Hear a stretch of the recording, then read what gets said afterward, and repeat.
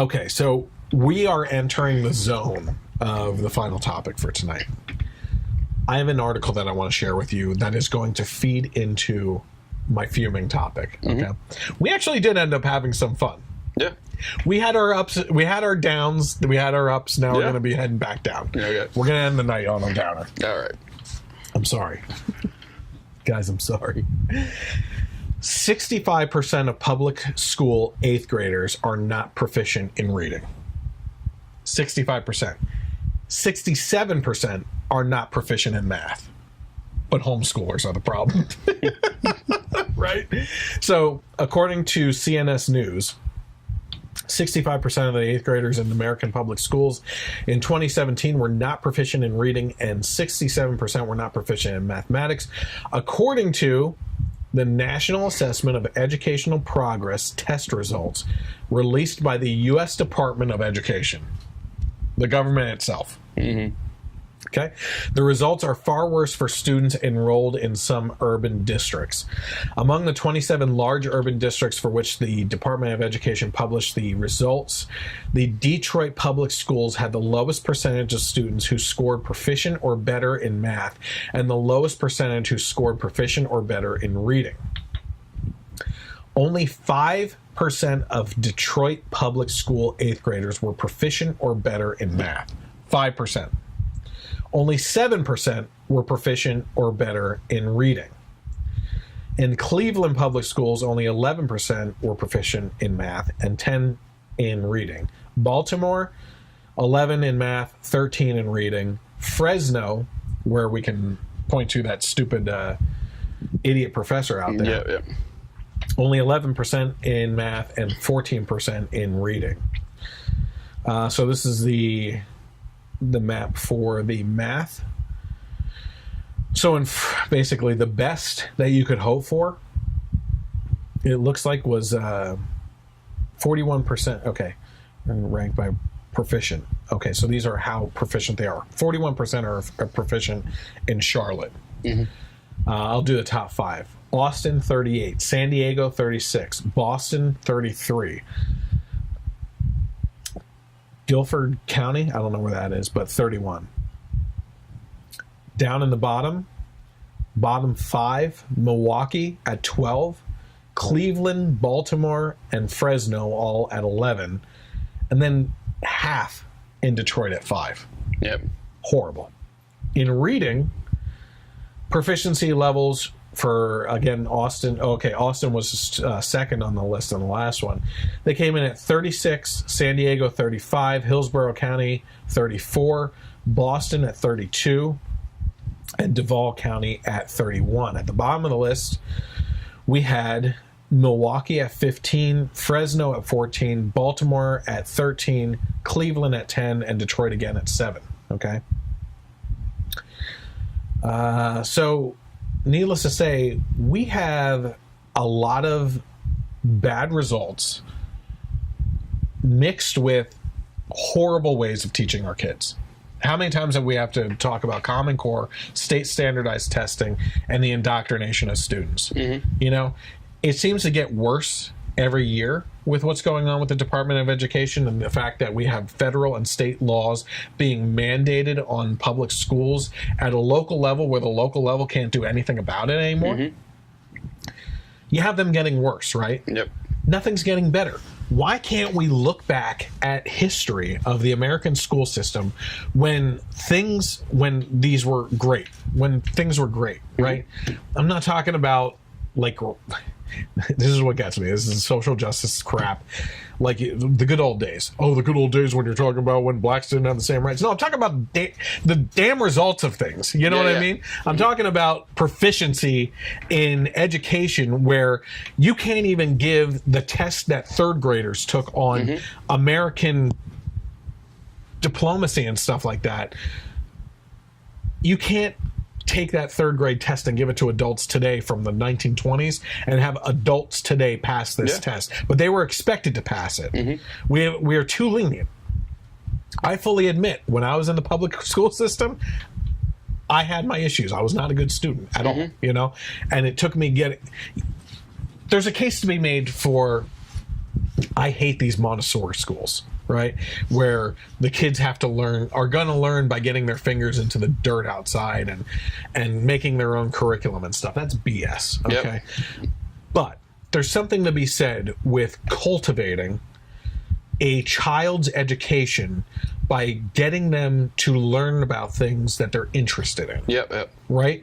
It doesn't mean you have to mold the curriculum to every single student. That's impossible. Mm-hmm. But if you can take a subject and find a couple different things that will make it pop for people, for kids, you can reach them on a level where they will take interest and it will take root and it will grow. Yep. Okay? My point is, we are not keeping up with the rest of the world. And every time we try to institute more and more policies and regulations and tests, it gets worse. Yep. We're obviously not doing things right?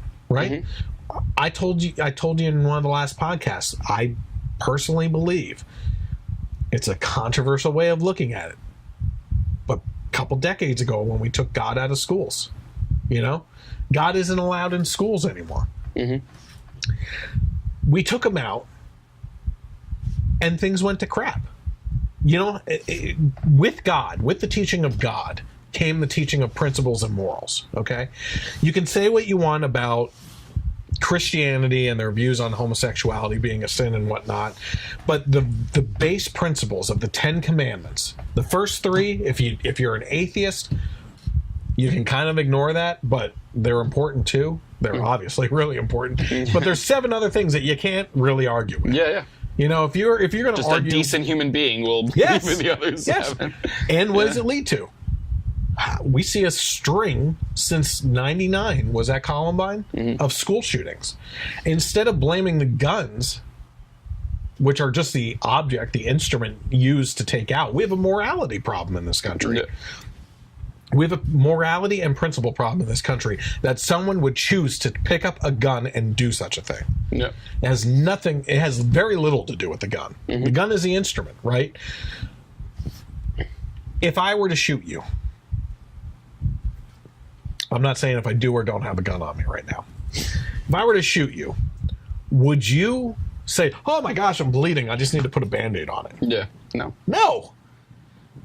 How would you fix it? You get to the root of it. You got to remove the bullet and you got to stitch the thing shut and take care of it and then put gauze over it and get it, to stop. What we're doing as a society right now, we're going to talk about this. By the way, I'm speaking at a rally next month on May 19th. I'm one of the featured speakers. I should have mentioned this right in the beginning. I'm a featured speaker at the Second Amendment rally in Copley, at the Relic Hunter Firearms Second Amendment rally. I would encourage you to come out. It's in Copley, Pennsylvania. It'll be from noon until about 4. And there's going to be a bunch of other speakers too. Lots of fun stuff. By the way, I got permission. He is going to be running specials that day for purchasing both guns, ammunition, and other stuff. And I said, when you come up with those things, with the sales, I want to be able to name one of those sales on stage. And I already have something picked out, and he laughed at it. So we're good on that. Come out to the Second Amendment rally. My point being, we are not solving the deepest issue to stop it from happening anymore, right? If you can't fix the morality and principles, they're going to find another object to do it with. Yep. Okay, the left sees that as an excuse that we keep on coming up with. Oh, they're going to take a van and plow it into people, or they're going to blow something Just up. happened the other week at a hockey game up in Toronto. Yeah. But that's the fact of the matter is, instead of focusing on the person that needs mental help, you're focusing on the object that they're using. It doesn't make any sense. No. You need to fix the morality and principle mentality of the people in this country before you even start talking about the objects that they're using. Mm-hmm. And the reaction to the right from the left, it's not just the left, and that's another point I'm going to bring up too in this rally. I hope that Democrats show up that support the Second Amendment, because if they do and they raise their hand when I ask that question, I'm going to say, look around, you guys. There are people on the left that support the Second Amendment that are here. The people on the right that aren't here, that don't support the Second Amendment, they're out there too. We need to come together on the Constitution. This isn't a left versus right issue. It's a constitutional issue. Yep. You know? We need to come together on things. Mm-hmm. I will work against Obama and try to heal this nation. Yeah. I'm going to heal it. Here's my point. I'm trying to get around to this whole thing. Back to school. Back to school. We're going to hell in a handbasket with education. There's no other way around it. Things are getting bad. Yeah. So what happens? Let me get to our main story for tonight. In Newsweek, an 11-year-old student is hit by a car and killed during a national school walkout to protest gun violence. According to one of his fellow students, Benko was a keen musician who lit up the room. Angela Rodriguez, 14, told the El Paso Times he was a free spirit, he was fun to be around, always lighting up the room. He played the violin, he was very good. He was one of the best ones in the class. Following the incident, Benko was taken to University Medical Center where both his mother and uncle are staff members. In a statement, UMC President and CEO Jacob Cintron told KVIA, "All of us at UMC are heartbroken by the loss of a child belonging to one of our associates, especially a child as young as Jonathan. As a father, I can only imagine how hard this must be for Ashley and her family. She is also one of our family at UMC. Our support, thoughts, and prayers are with her and her family throughout this difficult time. UMC has announced a memorial fund for the family in memory of Benko, with checks to be made out to UMC Foundation, CO, care of Jonathan Benko Fund, 1400 Hardaway Suite 220 in El Paso, Texas. Zip code is 79903. So I will put that on the screen in the YouTube version because that is a worthwhile cause. But let's talk about what happened here, okay? We had a national walkout of school day thanks to, in part, these idiot kids in Parkland down there that were involved in the shooting, that were there, that in a sense were victims. They were victims too. They shouldn't have had to go through that. But they called for a national school walkout day in support of gun control. Okay? This had nothing to do with education. Mm-hmm. And the responsibility of the schools is to watch over, protect, and above all else, educate these kids throughout the main portion of the day. These teachers and administrators have more time with our children. Not mine, thank God. This is one of the reasons I pulled them out of the damn public school system, is because of how jacked up everything is right now.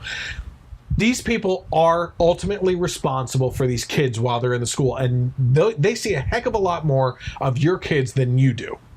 It's just a fact, right? We have to work. They have them all day. If they were doing their damn job, this kid would still be alive. All you needed to do was educate him and everyone else in the school. You should not have allowed students to walk out. You want to say, hey, who's in front? And you want to have okay, that time pops up during the day for the national walkout for the 16 minutes or something like that. Mm-hmm. You know what you should have done? As a school district, as a superintendent and principal of each of these schools, you should have said, we are not going to allow our students to walk outside of these doors and be susceptible to any form of violence that could come upon them there, okay? Thank God it didn't happen. But you think people that are willing and want to carry out an attack on a school wouldn't be looking for an opportunity for them all to just come out as easy targets on the lawn where they could do a drive-by? Yep. For crying out loud? I mean, really? Mm-hmm. As a school, you should have said, we are locking the doors, we are not allowing students to go out, and here's what you can do. If you're in support of gun control, stand up right now. Congratulations. Take a look at the students looking around right now. They took part in today's protest. Okay, sit down. Anyone for the Second Amendment? Look at that. We have a mixed bag of opinions. If the teachers want to take an opportunity to educate on this and have people share their opinions, go right ahead. Back to school. This kid would still be alive today if this walkout was not allowed to happen and take place. Mm-hmm. Instead of doing your jobs, You allowed this to happen. And the irony is not lost on everybody, right? Yep. You are having a walkout to save lives, and the kid gets killed.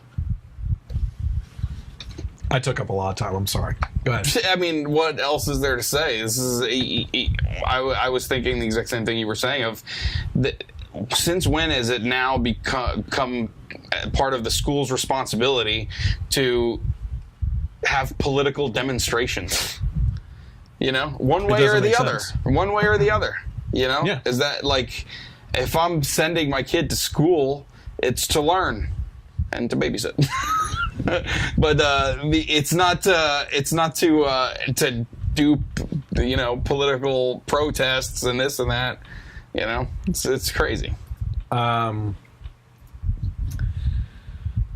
have a challenge for teachers, and it's the same challenge I propose all the time. Teach, if you teach anything that involves an opinion that could go either way, teach down the center. And then as a workshop, allow students to make up their own minds, you know, like real world situation stuff, and support it in a thesis or a writing activity, right? Yeah. Now, the problem with that is you also have to challenge yourself as a teacher then to not be grade biased. objectively. Yeah. Yeah. To grade based on if they made their point well and not if you agree with them or not. Speaking of which, did you hear the story about the Spanish teacher that, have you heard this one about Trump? Spanish teacher told the class to look for news articles that interested them and rewrite the news articles in Spanish as an activity to learn Spanish, right? So one kid took a story off of Fox News about military pilots seeing what they think is a UFO, and he wrote it up. She said in front of the class that you used Fox News as a resource. That's fake news. And this is the second time that you've done it. So now I'm going to have you write a full paper on why President Trump is a bad president in Spanish. This is what we're dealing with. It wasn't even a political story. No. Like, That's these crazy. people have such a hard-on to go against President Trump. Like, they get off on it. Yep. This is a group of people that for over a decade now, while Obama was in office too, especially, I should say, we're like love and peace, love and light, and all this other stuff. And, you know, come on, guys, why the hate? And we need to love each other and come together and everything. They have become the nastiest, angriest. They live for the confrontation and argument. Just nasty people. Yeah. Nasty people. Nasty people. I've said it 1,000 times too. I mean, there's a lot of things that Trump does or says that makes me slap my head or like, why did he do that? Or I don't agree with this. But the hate he gets makes me, you know, everyone talks about like, oh, his base, you'll never change his base's mind, you know? But the reason is he gets so much hate uncalled for that it just makes you root for him. Yeah. Yeah. You know? It's unbelievable. This incident really has me pissed off. A kid died. Yep. Because schools around the country allowed politics to seep in on students who honestly will not know how politics affect their lives until they get into the real world. Yep. They can guess all they want. David Hogwash can think that he knows what's going on in the world. They are the effing professionals or experts, the experts, right? According to Cameron, Kasky, you know what I mean? And Emma Gonzalez, who literally said that she basically said she bullied him. Yep. You know, and was proud of it.